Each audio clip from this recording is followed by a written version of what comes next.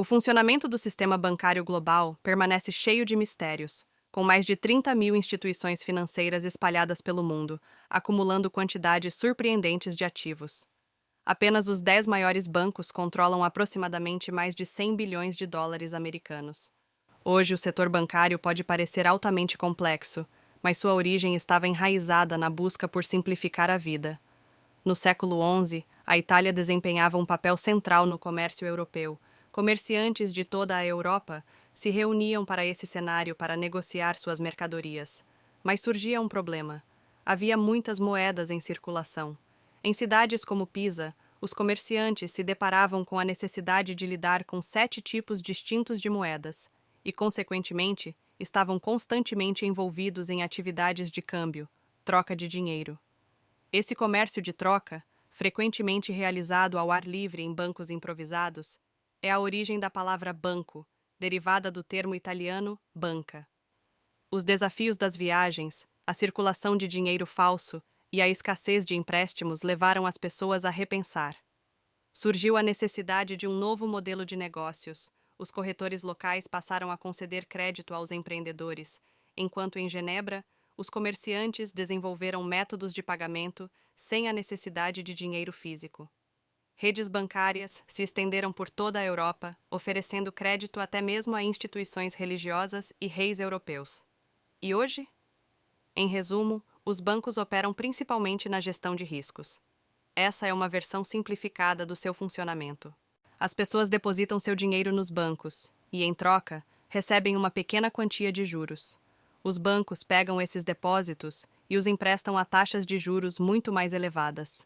Isso envolve um cálculo de risco, pois alguns dos tomadores de empréstimos podem não cumprir com suas obrigações de pagamento. Este processo desempenha um papel fundamental em nosso sistema econômico, uma vez que disponibiliza recursos para que as pessoas possam adquirir bens como casas e permite que as indústrias expandem e cresçam seus negócios.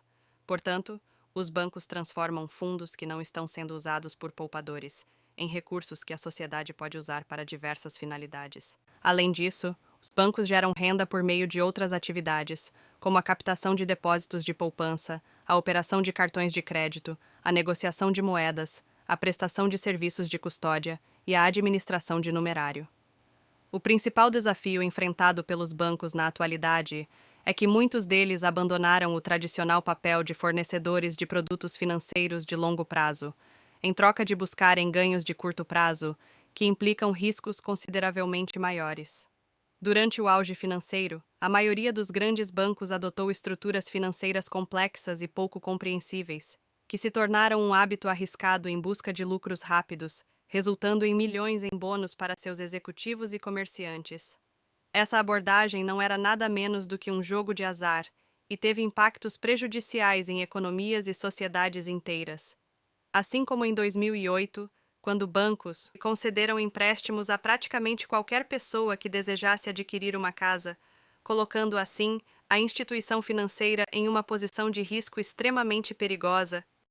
Esse cenário resultou no colapso do mercado imobiliário nos Estados Unidos e em algumas partes da Europa, desencadeando uma queda nos preços das ações, o que levou a uma crise bancária global, tornando-se uma das maiores crises financeiras da história, onde centenas de bilhões de dólares simplesmente evaporaram. Milhões de pessoas enfrentaram a perda de seus empregos e muitas perdas financeiras. Os principais bancos em todo o mundo foram compelidos a pagar multas bilionárias, e os profissionais do setor bancário passaram a ser vistos como menos confiáveis. O governo dos Estados Unidos e a União Europeia se viram na necessidade de elaborar grandes pacotes de resgate para adquirir ativos de qualidade duvidosa e evitar a falência das instituições bancárias. Foram implementadas novas regulamentações para governar o setor bancário e foram estabelecidos fundos de emergência bancária, obrigatórios, destinados a absorver cheques em caso de uma futura crise financeira.